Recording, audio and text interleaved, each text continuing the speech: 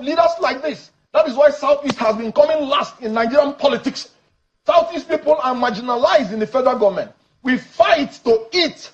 And after that, some of our leaders are calling us and scamming us. I told them that Peter Obi is going to scam them. Yeah, but that is a political con man. Look at what is happening. I'm saying that again. You will go to diaspora.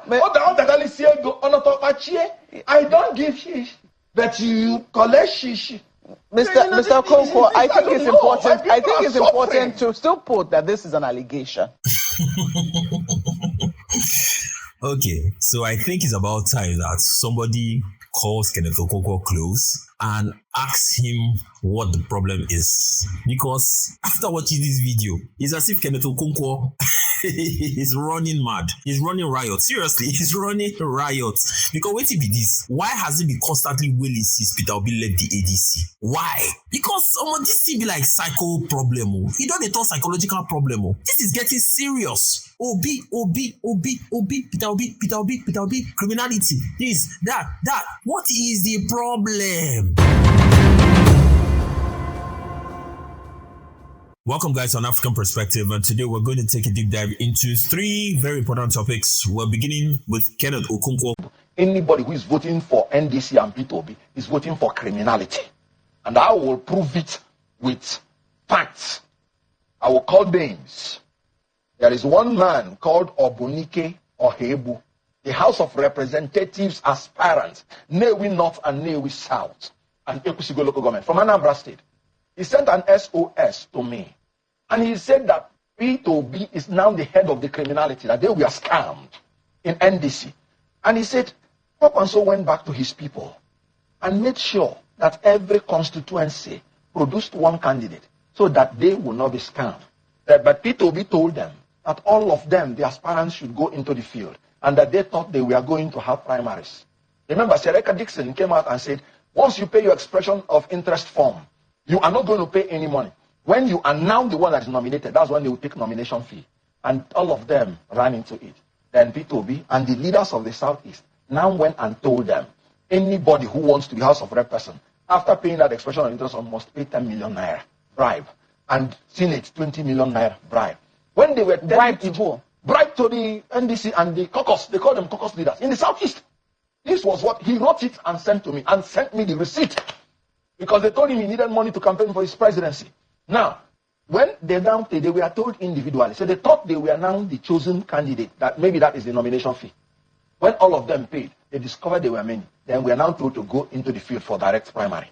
And when okay, so Kenneth Okonkwo is saying that a certain man called Obinike Ihegbu or something like that sent him an SOS. And he said that a criminality is happening or happened within the NDC. We're going to watch the rest of the video, but I just want to analyze. My question is, why didn't the man speak out for himself? Why did he have to go through Kenneth Okonkwo, who is an arch criticizer, if I can use that word? He's an arch criticizer of Peter Obi. Aisha Yusufu came out during the primaries of the NDC. I think she was contesting for a senatorial position in Abuja, and then she made her own opinions known as regards the primaries. She didn't like the outcome of the primaries, so she voiced her own opinion. Why didn't this Obinike Yegu voice his opinion by himself? Why did he have to tell Kenneth Okonkwo? When we listen to these things, we should actually critically think and ask ourselves these questions. Why didn't the man come out to make his complaints known to the public so that the public will know what is happening in the NDC? Question one. Now let's continue with the video. He needed money to campaign for his presidency. Now, when they were told individually, so they thought they were now the chosen candidate, that maybe that is the nomination fee. When all of them paid, they discovered there were many. Then we are now told to go into the field for direct primary. And when they now went into the field, they thought that there was going to be... What Sereki Dixon, who is the founder of the NDC, had said was that he was not going to collect nomination form money. He wasn't going to collect any money for nomination forms. He was going to collect money, or the NDC was going to collect money for expression of interest, whether it was a form or... But as long as you express an interest in contesting for any position, the NDC was going to collect a certain amount of money from you, which was the money you had to pay for the express of interest form. he is now saying that the man told him that they were now told to pay for nomination. Meanwhile, Sereki Dixon had said that nobody was supposed to collect nomination form money. This happened in the Southeast. The Southeastern Caucus collected nomination forms and told the people that they needed that money to fund the presidential campaign of Peter Gregory Obi. That is what he's accusing the Southeast NDC caucus of right now.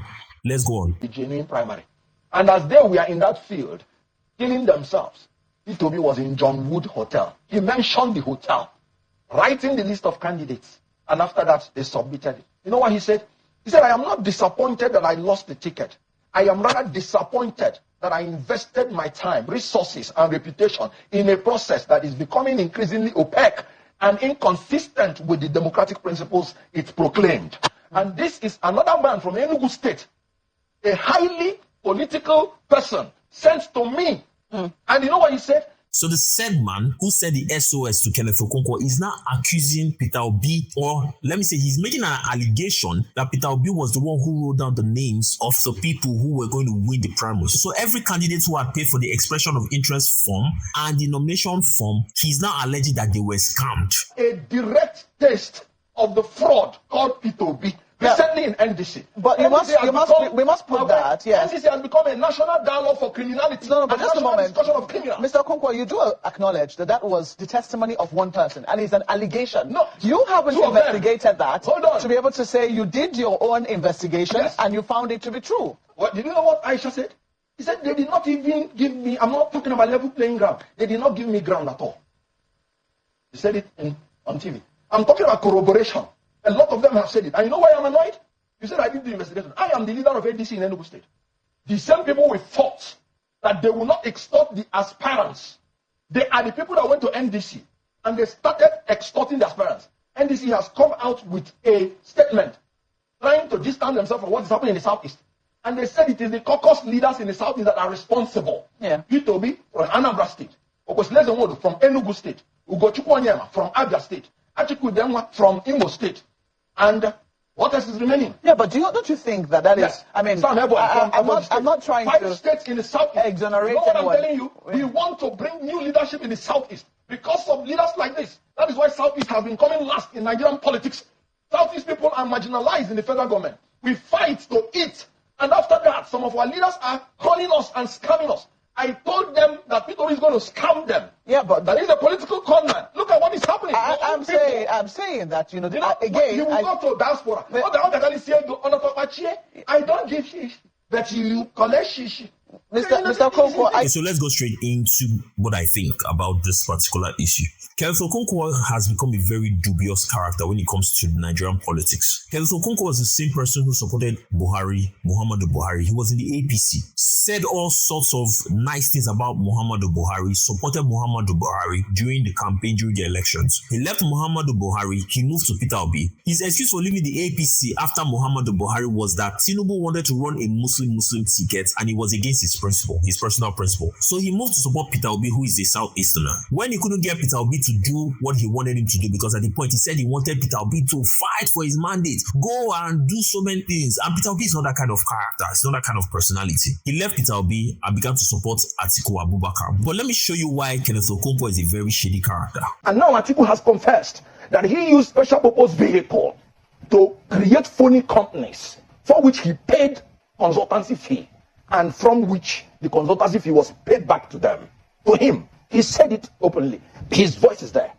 Yes, Buhari is supposed to send him to jail.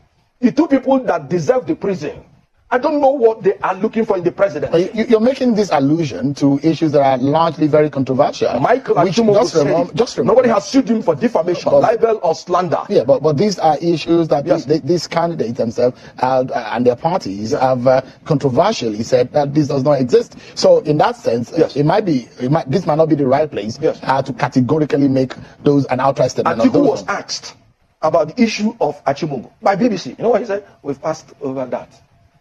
He offered no defense. It's not on record. So here we see Kenneth Okonkwo castigating the same Atiku Abubakar that is supported today. Here is Kenneth Okonkwo again.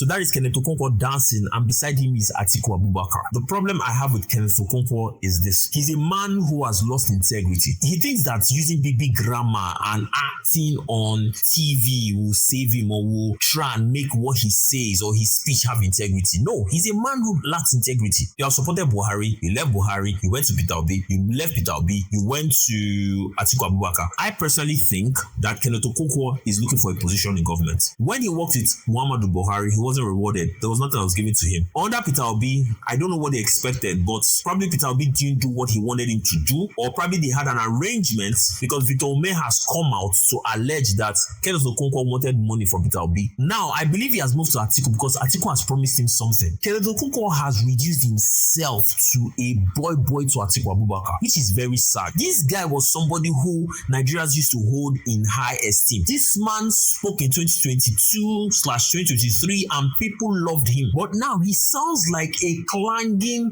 gong. He just comes on TV, makes noise, all sorts of noise. Just imagine somebody saying this. Man, look at what is happening. I'm saying that, again, you will go to diaspora. I don't give shish, but you collect shish. Mr. Okonkwo, I think it's important. It's as if he wants to cry. What's it happen? But there's something deeper. That's the only explanation. There's something that happened between Kenneth Okonkwo and Peter Obi. Both of them have refused to tell Nigerians what happened because this is not ordinary. This guy has moved from an Obi supporter to the greatest critic of Peter Obi. He's the only Southeasterner that criticizes Obi on a daily basis. I know that there are many Southeasterners who don't support Peter Obi. You have people like Charles Soludo, the governor of Anambra State. He doesn't support Peter Obi, but he doesn't come online every day on air every day and criticizes Peter Obi all the time. This guy has a problem, a very serious problem with Peter Obi, and it's either something happened, probably they had an arrangement and Peter Obi broke that arrangement, because I don't understand why somebody would be willing like this on national TV. It really don't make sense to me as person. I don't understand how you could just come on TV and wail like this. Somebody that Nigerians used to respect. Early this morning I stumbled on a video of Rotimi Amechi visiting Atiku Abubakar, and guess who was there?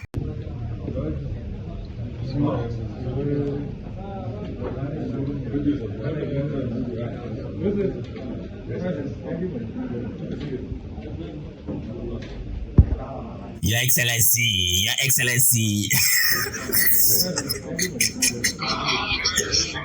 Your Excellency, Your Excellency.